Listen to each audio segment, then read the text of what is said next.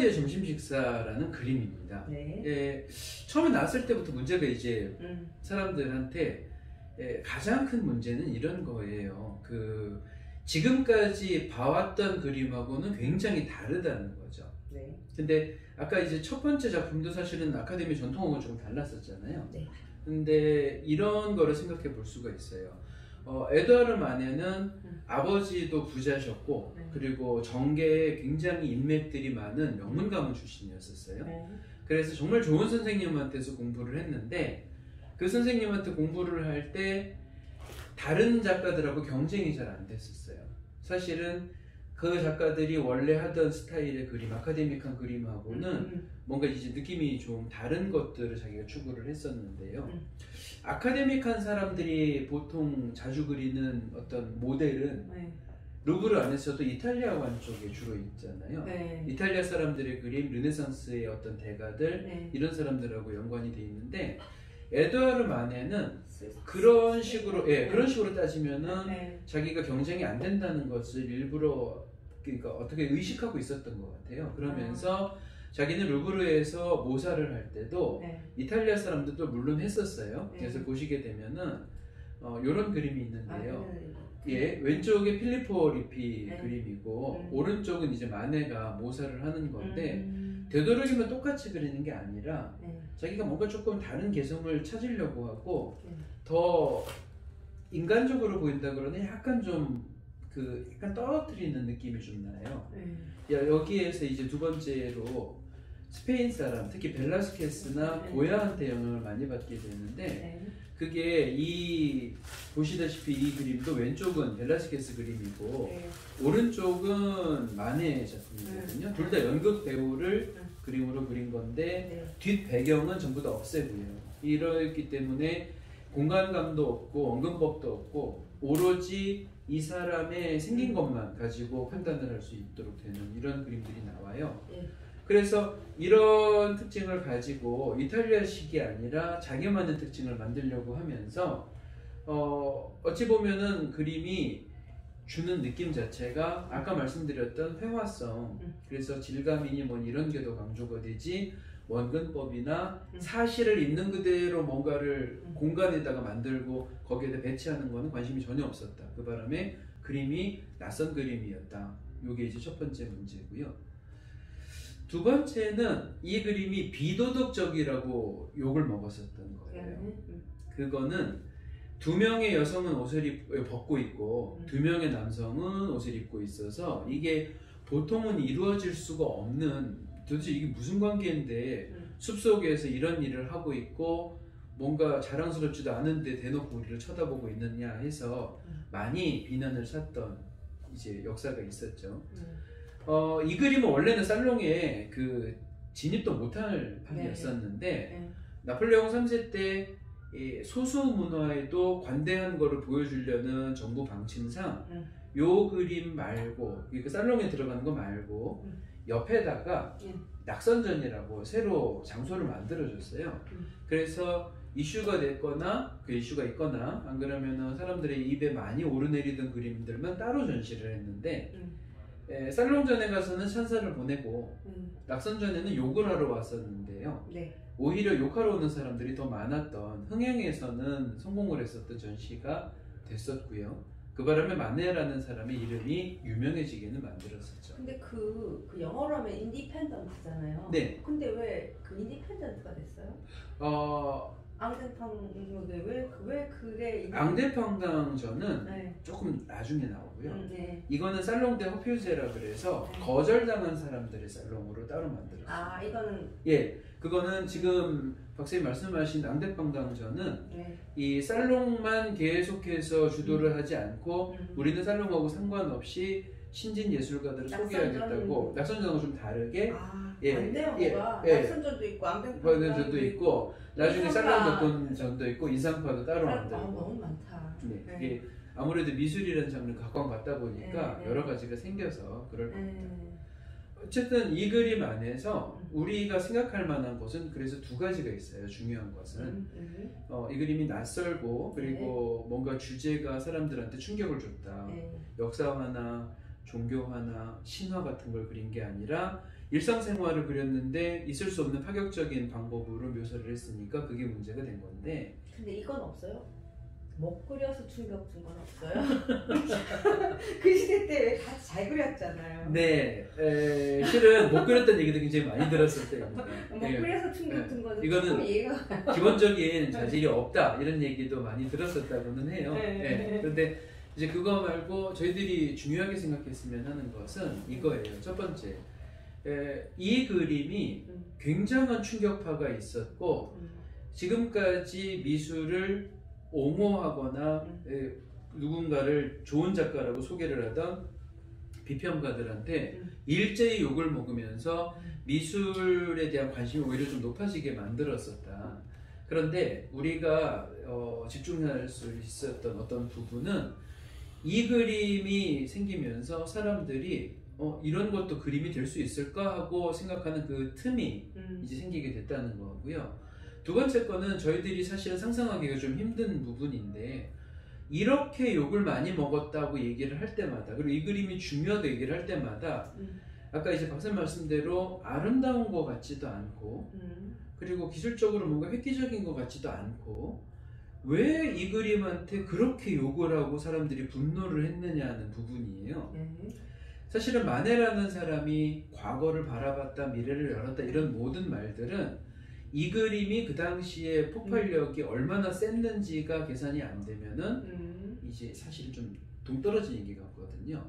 그런데 그 당시에 사람들은 워낙에 봐왔던 그림들이 요런 옛날 사람들 그리고 조각 그리고 또 원래 전통 이런 거를 정말 잘 지키는 그림들만 쭉 나열이 돼 있었기 때문에 토마 쿠티르가 이제 에드와르 만의 직접 스승이었었기도 했고요.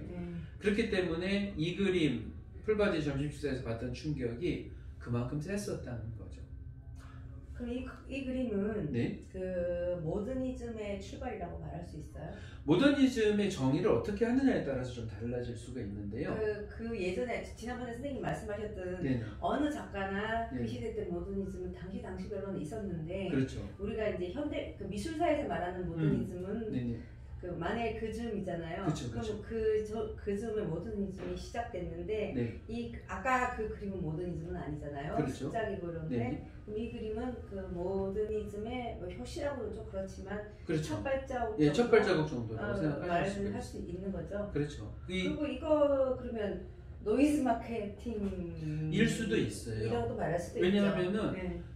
제가 배웠던 자기가 노린 건 아니지만 그쵸. 유명해진 거는 노이즈 마케팅 때문에 음. 유명해졌다고 말할 수도 있죠. 그러니까 이게 학교에서 제가 배웠을 때는 그거는 아니라고 굉장히 강조를 하는 편이긴 한데 에드와르 마네가 정말 지적인 교육을 받고 자란 사람이거든요.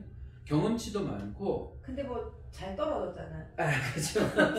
법대 시험도 떨어지고 네. 대관학교도 관심이 없어서 그렇기는 한데. 시험을 치고 떨어졌잖아. 그러니까 불만이 되게 많기도 하고 네. 아는 것도 굉장히 많기도 하고 그런 네. 사람이었었어요. 네. 그런데 이 사람이 정말 자기가 그리는 그림에 아무 반향이 없을 거라고 계산을 전혀 안 하고 이런 걸 했느냐? 요거는 사실은 확답을 못하죠. 그렇기 때문에 박쌤 말대로 이게 사실은 조금 노이즈 마케팅 부분이 들어갈 겁니다. 그리고 또 하나 질문 있어요. 네. 그 모더니즘이라 그러면 네. 그 이제 우리가 그 시대 때 현재 일어나는 일을 그 미술사에서 모더니즘은 현재 일어나는 걸 그린다고 해야 되는데 그 시절에 풀밭에서 여자가 이렇게 그 아무리 창구라 이 뭐라 그러지? 네네. 그 거리의 뭐, 여자든 뭐 그렇게 이렇게까지 행동을 하고 하지는 않았을 거 아니에요.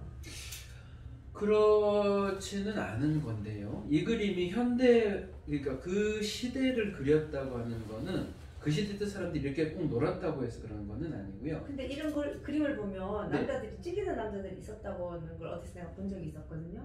그 부분은 요 올림피아 때 나타나요. 아. 남자들이 찔렸다는 건 올림피아 부분에 나타나고 요 그림은 사실은 있을 수 없는 일이라는 흥분이 더 강했었는데 이 그림에서 아까 이제 말씀하신 현대성은 뭐였냐면요. 원래 풍경을 그리거나 원래 다루는 주제들이 항상 이탈리아, 로마, 예전의 역사 뭐 이런 거하고 상관이 있어서 풍경도 이탈리아 풍경이고 이랬었는데 이거는 파리 숲속이거든요. 그쵸. 그리고 현대적인 옷을 입고 있고 옷을 입은 남자들에 한해서 네. 그렇기 때문에 이게 우리 동네 그림인데 해서 받는 충격이었어서 아까 말씀하셨던 모더니즘이다 하면은 우리의 시대를 그렸다는 얘기인데 여기가 어떤 부분이 그렇게 이렇게 옷을 벗고 있고 옷을 입고 있고 이런 사람들이 파티를 하는 게 그 시대에 있었냐는 것보다는 우리 시대에 볼 수 있는 패션과 우리 시대에 볼 수 있는 우리 동네 자연환경이기 때문에 사람들이 낯설어 했었다는 게 더 맞는 말 같아요. 그래서 그 당시에 사람들은 이 그림 앞에서 큰 소리를 욕을 할수록 더 교양인이라고 얘기를 듣고 그랬었답니다. 그러면 네. 그 마네가 그렇게 욕을 먹었는데 네. 그 소재, 그림 그리는 소재 갖고만 욕먹는 게 아니라 네. 뭐 그림을 그리는데 붓터치나 아니면 그림 그리는 과정에서 욕먹는 것도 있나요? 그거는 나중에 비평가들한테서 나타났고요. 네. 사실은 욕 먹을 때는 이 모든 거를 종합해서 차근차근 욕 먹은 게 아니라 한꺼번에? 그러니까 그 제일 앞부분에 있는 이게 기분 나쁘다. 네. 그리고 뭐가 이런 걸 그림으로 그렸냐는 여기에 집중이 돼 있어서 다른 이슈들은 다 떠내려 가버렸다고 생각하셔도 돼요. 네. 그리고 나서 이제 저희들이 정말 에드와르 마네를 전국구 화가로 만들었던 두 번째 문제작을 이제 보게 될 겁니다. 그렇죠. 네. 올림피아죠. 네, 올림피아 그림도 워낙에 유명하고 여러분들도 많이 아시는 그림이기 때문에 이 그림이 아까도 풀바디 점심 식사 때도 말씀을 드렸지만 중요한 것은 그거예요. 이 그림이 왜 그렇게 크게 반향을 일으켰냐는 점이죠. 왜냐하면은 이 그림을 딱 봐도 지금 봐서는 사람들이 그렇게 싫어했었던 이유도 잘 모르겠고 워낙에 유명해졌기 때문에 이 그림 자체가 별로 잘 그리지 못했다는 것 빼고는 문제가 그렇게 크게 될 것 같지 않다는 생각이 저희들한테 더 들죠. 그런데 사실은 그 당시에 회화의 기법상 또 주제를 선택하는 방법이나 일반 대중들한테도 굉장히 큰 무리를 일으킬 만한 그림이었었어요. 첫 번째 일반 대중에 대해서는 아까 박사님 말씀하셨던 대로 뭔가 찔리는 게 있었다 이렇게 얘기를 할 수가 있는데 그게 뭐였냐면은 옷을 다 벗고 우리를 쳐다보고 있는 이 여성은 제목이 올림피아이기 때문에 이 사람이 창녀예요. 네. 그 시기에 약간 이슬람 아랍권에서 어떤 할렘 또 오달리스크 올림피아 이런 개념이 이어지는데 그게 몸을 파는 창녀들을 일컫는 말이기도 했었어요. 예, 그래서 그 사람을 그려놓은 게 명백하고 꽃을 들고 있는 흑인 하녀가 이 꽃을 들고 있다는 자체가 이제 창녀를 만나러 간다고 해도 로맨스를 바탕으로 해야 된다는 약간 가식이 있어서 먼저 꽃을 들여보낸 다음에 찾아가는 게 일반적이었어요. 그래서 영화 보면 파리의 그 시대 때는 길거리에 그렇게 꽃을 많이 팔아요? 그거는 맞는 것 같아요. 아, 그래서 뭐 네. 꽃을 사고 싶으면 언제든지 꽃을 네, 살 꽃을 수 파는 있고. 사람들이 있었죠. 아. 네, 그래서 모든 사람들이 이런 유학을 가는 건 아니겠지만 데이트를 하거나 그럴 때 꽃은 필수적으로 서로 주고받아야 되는 그런 거 있었고 그리고 검정 고양이가 나오는데요. 이 잘 보이지도 않는 저 작은 검정 고양이가 사실은 에로틱한 심볼로 굉장히 이용되는 법이 별로 없는 약간 금기시되는 상징이었었어요. 그래서 이런 요소들이 있었기 때문에 일반 그 대중들이 이 그림에 당황을 했었던 거고요. 약간 찔린다 하면은 이런 자리를 왔다 갔다 하는 사람들은 왜 굳이 이거를 그리냐는 거에 분노를 할 수가 있는 거고 그리고 기법상 이게 문제가 되는 부분들은요 저희들이 하나씩 보기는 볼 텐데 이런 게 있습니다. 가운데 부분인데요. 에드와르 마네가 처음부터 끝까지 한 번도 놓치지 않고 하던 약간 이제 저희들 확대를 해볼 거예요. 이 그림의 뒷부분에 해당을 하는 배경이 너무 시커멓게 칠이 돼 있어서요. 사실은 앞쪽에 하얗게 그려놨던 사람의 육체, 이불, 시트, 꽃, 그리고 흑인 하녀의 옷, 요 모든 게 마치 잘라붙인 것처럼 되어 있어요. 이게 뒤에 공간감을 원근법에 의해서 차근차근 주는 그 이제까지 전통적인 그림하고 완전히 다르게 평면성이 무지무지하게 강조가 된 거거든요. 요것도 이제 낯설었고 또 두 번째는 절대로 아카데미에서 하지 않는 일이 있습니다. 인체를 그려놓고 주인공을 그려놓고 나서 테두리를 그리면 안 됐었어요. 그런데 지금 만해의 그림은요, 경계선에 검정색으로 테두리를 그린 것처럼 되어 있다는 거죠. 이거는 기초적인 실수예요. 근데 사실은 만해는 그걸 실수로 하고 있는 게 아니라 자기가 여기에 있는 평면성을 더 강조하기 위해서 모호하지 않도록 분명하게 선을 그었던 거고, 또 세 번째는요, 안 하던 짓들 중에 하나, 세 번째는 사람의 육체를 그려놨죠. 그리고 나서 지금 보시면은 시트 부분에도 약간 그 베이지색이라 그럴까요? 네. 그런 부분이고, 그 밑에 있는 시트하고 쿠션은 흰색이에요. 네. 흑인 한영을 들고 있는 그 꽃들도 흰색 계통의 포장지 흰색이고, 한여가 입고 있는 드레스는 약간 미미한 분홍색이 살짝 들어간 그렇죠. 흰색 계통이거든요. 네. 이거는 정말 있을 수 없는 색 배치예요. 이 흰색들로 쭉 붙여 있다는 것은 아무리 현실적이라고 하더라도 이런 식으로 색 배치를 하지는 않았었습니다. 휘슬러 생각나네요. 그쵸? 휘슬러도 그렇고 클린트도 이렇게. 예, 맞습니다. 그런 식으로 그래서 흰색이. 질문 하나 있어요. 네. 아까 선생님이 말씀하실 때 네. 그 원근법을 쓰지 않고 색을 얹어 간다는 네네네. 거.